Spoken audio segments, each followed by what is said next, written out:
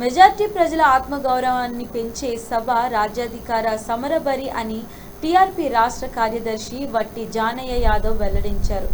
యాదాద్రి భువనగిరి జిల్లా భువనగిరి వివేరా హోటల్లో శుక్రవారం సాయంత్రం ఏర్పాటు చేసిన మీడియా సమావేశంలో మాట్లాడుతూ తీన్మార్ మల్లన్న నేతృత్వంలో భువనగిరి ప్రభుత్వ జూనియర్ కళాశాల మైదానంలో జూలై 5న రాజ్యాధికార సమరబేరీ సభను రాష్ట్ర నలుమూలల నుంచి మెజార్టీ వర్గాలైన బీసీలు పెద్ద ఎత్తున కదిలి వచ్చి సత్తా చాటుతామని పేర్కొన్నారు. తెలంగాణ వాదాన్ని వినిపించిన మా రోజు వీరన్న బెల్లి లలిత స్ఫూర్తితో అట్టడుగు వర్గాల భాగస్వామ్యమే లక్ష్యంగా ఏర్పాటు చేయబోతున్నట్లు వివరించారు. స్వాతంత్ర్యం వచ్చి 7.5 దశాబ్దాల కాలంలో 2-3% ఉన్న అగ్రకులాల మెజారిటీ వర్గాలైన బీసీలను పరిపాలనలో భాగస్వామ్యం చేయకుండా ఓట్లు వేసే యంత్రాలుగానే చూస్తున్నారని ఆవేదన వ్యక్తం చేశారు. మేము ఎంతో మాకంతా అనే నినాదంతో బీసీలందరూ ఏకం కావాలని పిలుపునిచ్చారు.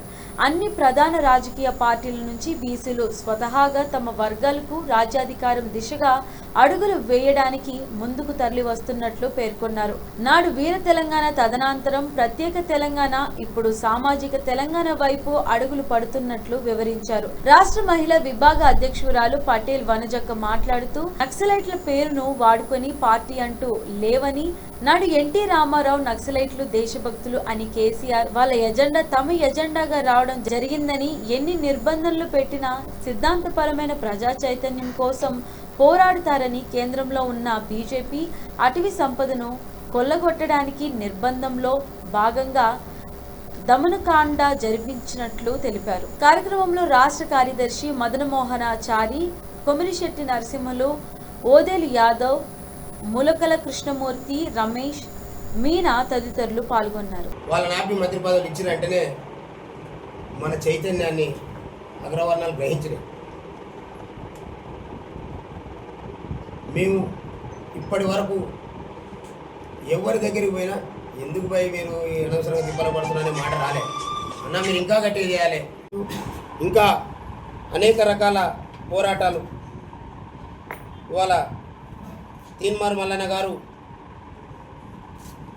బయటకు వచ్చి ఈ మెజార్టీ వర్గాలకు ఏదైతే ప్రొఫెసర్ జయశంకర్ సారు ఆనాడు తెలంగాణ ఉద్యమంలో ముందు తెలంగాణ రాష్ట్రాన్ని సాధించుకుందాం, ఆ తర్వాత మరో పోరాటం ఉంటుందని ముందే గమనించినటువంటి మన జాతి మరి పిత అయినటువంటి జయశంకర్ గారి ఆలోచనల్ని మరి అందుకొని ఇవాళ తీన్మార్ మల్లన్న గారి నాయకత్వంలో ఈ రాష్ట్రంలో మెజార్టీ వర్గాలకు అధికారాన్ని అందించడమే లక్ష్యంగా సాగుతున్నటువంటి పోరాటాన్ని మరి ప్రజలందరూ కూడా మద్దతు పలుకుతూ పెద్ద ఎత్తున జిల్లాల నుండి, గ్రామాల నుండి, మండలాల నుండి బీసీల వెల్లువ మరి అలా ఈ సభ వైపు ప్రయాణమవుతూ ఉందనేటటువంటి వాస్తవాన్ని కూడా మరి మీ ద్వారా ఈ సమాజానికి గుర్తు చేస్తూ మరి అగ్రవర్ణ పాలనకు స్వస్తి పలికేటటువంటి మరి సమయం ఎంతో దూరంలో లేదనేటటువంటి వాస్తవాన్ని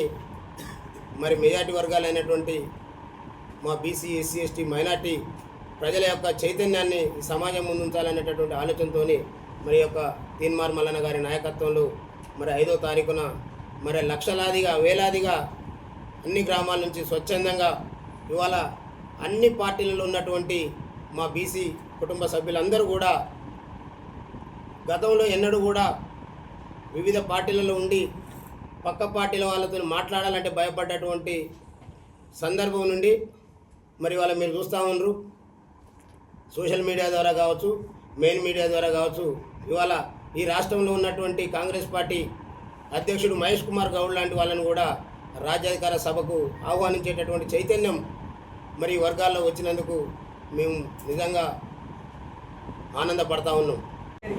కాబట్టి మరి ఇది ఒక మార్పుకు, అట్టడుగు వర్గాల రాజ్యాధికారానికి సంకేతంగా మేము తీసుకుంటున్నాం ఈరోజు. కాబట్టి మీకు అందరికి కూడా తెలంగాణ రాష్ట్రం వచ్చినప్పుడు కూడా మీ పాత్ర ఎంతో ఉన్నది.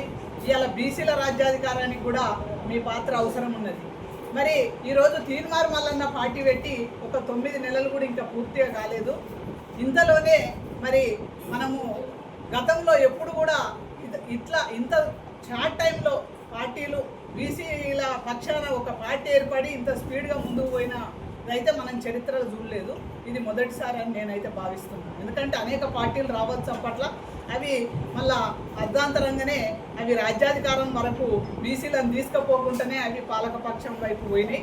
ఈరోజు రాజ్యాధికారమే లక్ష్యంగా అడుక్కుంటే వచ్చేది కాదు, అడుక్కుంటే మన ఆకలి తీరదు. ఇవాళ 78 సంవత్సరాల స్వాతంత్ర దేశంలో ఇవాళ అన్ని పార్టీలు, నాటి ఆంధ్ర పాలకులు కావచ్చు, నేటి తెలంగాణ ఉద్యమం తర్వాత వచ్చిన పాలకులు కావచ్చు, అందరూ కూడా మనల్ని అడగతినేటోళ్ళనే చేసిర్రు మా బీసీలకు. కాబట్టి ఏ లెక్కల లేని కులాలు ఎవరన్నా ఉన్నారా అంటే ఇవాళ మా బీసీలే. బీసీలు అంటే ఇవాళ మా మల్లన్న గారు దానికి ఒక కొత్త నిర్వచనం చెప్పారు. ఏంటిదంటే బీసీలు అంటే బిగ్ క్లాస్. అంటే మనం ఊరికి వెనకబడ్డోళ్ళం అంటే వెనకనే పడుతున్నాం. కాబట్టి ఈరోజు మేము వెనకబడ్డోళ్ళం అనుకుంటలేము, చైతన్యమైన వాళ్ళము, ఈ సమాజాన్ని అన్ని విధాలా నడిపిస్తున్న వాళ్ళము మన బీసీలము.